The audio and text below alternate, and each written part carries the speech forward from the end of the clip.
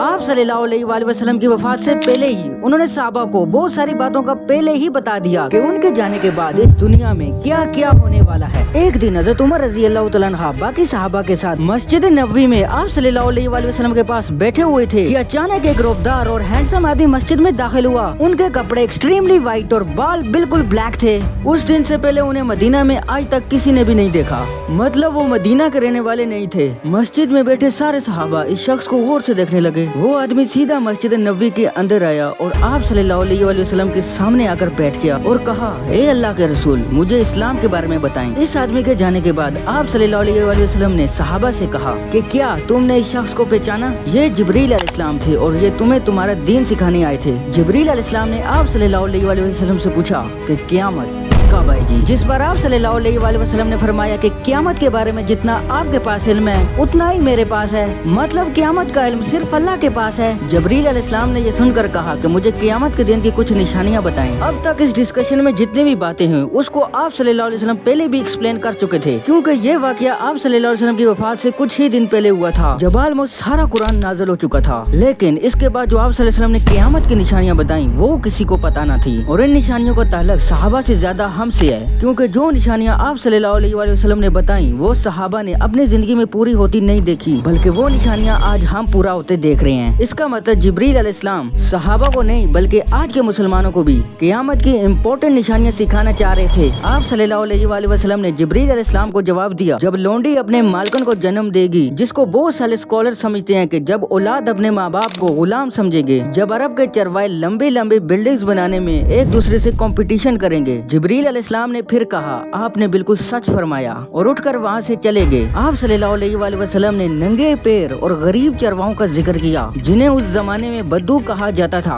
جو عرب کے باقی قبیلوں سے ہمیشہ دور رہتے تھے اور کبھی بھی ایک جگہ پہ نہیں رہتے تھے بلکہ ہمیشہ اپنے جانوروں کے ساتھ ٹریول کرتے رہتے تھے، مطلب یہ خانہ بدوش زندگی گزارتے تھے۔ یہ اس لیے ایک عجیب بات تھی کہ بدو پورے عرب میں سب سے غریب قبیلے ہوتے تھے، صرف اس زمانے میں نہیں بلکہ اس حدیث کے 1000 سال بعد بھی یہ بیڈوینز عرب کے سب سے لوور کلاس ہوتے تھے۔ اسی لیے صحابہ ایران تھے کہ ہماری سوسائٹی کے سب سے غریب لوگ کیسے آپس میں لمبی لمبی بلڈنگز بنانے میں ایک دوسرے کے ساتھ مقابلہ کریں گے۔ خلافت راشدہ کے تیزی سے پھیلنے سے یہ بیڈوینز بھی پوری دنیا میں پھیل گئے، لیکن ان کی زیادہ تر پاپولیشن عرب میں ہی ٹھہری رہی اور ان کا کلچر بالکل بھی نہیں بدلا۔ یہ اسی طرح اپنی زندگی گزارتے رہے۔ آخر 1000 سال بعد عثمانیہ خلافت کے آخری زمانے میں دنیا پرانے دور سے انڈسٹریل ایج میں داخل ہوئی، تو آخری مسلمان خلیفہ سلطان عبدالحمید نے مسلمانوں کو بھی ماڈرن دنیا میں لانے کے لیے بہت ہی اسٹرانگ ریفارمز کیے۔ پوری امپائر میں بہت سارے پروجیکٹ شروع کیے، جس میں استنبول سے مدینہ تک ٹرین بھی بنائی گئی، لیکن اس ٹرین کے راستے میں ہمیشہ ایک بہت بڑی رکاوٹ رہی، اور وہ یہی بیڈوینز تھے۔ اس سے بہت سال پہلے 1757 میں انہی بیڈوینز نے 20,000 حاجیوں کو شہید کیا، جس کے بعد عثمانیہ سلطنت نے ان کے کلچر کو چینج کرنا شروع کر دیا اور انہیں خانہ بدوش زندگی سے ایک پرماننٹ علاقے میں سیٹل کرنا شروع کر دیا۔ لیکن بیڈوینز قبیلے عثمانیہ سلطنت کے ان اقدامات سے بالکل بھی خوش نہ تھے، اور آخر سعودی عرب کے پہلے بادشاہ ابن سعود نے انہی بیڈوینز کو یونائٹ کر کے عثمانیہ سلطنت کے خلاف ایک فوج بنائی، اور پھر برٹش کی مدد سے اس پورے علاقے کو فتح کر لیا، جسے آج ہم سعودی عربیہ کہتے ہیں۔ اور کچھ ہی سالوں بعد ان علاقوں سے تیل، آئل ڈسکور ہو گیا، اور پھر یہی بیڈوینز جن کی اس سے پہلے کوئی اوقات نہیں تھی اور اب دنیا کے سب سے ریچ لوگوں میں سے ہو گئے، اور اب ان میں سے بہت سارے ملینئر اور بلینئر سامنے آئے۔ لیکن تیل ڈسکور ہونے کے بعد انہیں پتا چلا یہ تیل ہمیشہ کے لیے نہیں رہے گا اور بہت جلد یہ آئل ختم ہو جائے گا، جس کے بعد ان کی ساری لگژریز بھی ختم ہو جائے گی۔ تو سب سے پہلے دبئی کے بادشاہ شیخ محمد بن راشد، جو ایک بیڈوین بدو قبیلے سے ہیں، جنہوں نے اپنے ایک انٹرویو میں کہا کہ انہیں بیڈوینز قبیلے سے ہونے پر فخر ہے، تو انہوں نے دبئی کو آئل سے نکال کر ٹورزم اور بزنس کی طرف لایا، اور کچھ ہی سالوں بعد دبئی دنیا کی بیسٹ سٹیز میں سے بن گئی، اور پھر کچھ ہی سالوں بعد دنیا کی سب سے بڑی بلڈنگ برج خلیفہ کو بھی دبئی میں ہی بنایا گیا، اور یہ اب تک کی انسانوں کی بنائی گئی سب سے بڑی بلڈنگ ہے۔ اس سے پہلے ایک زمانے میں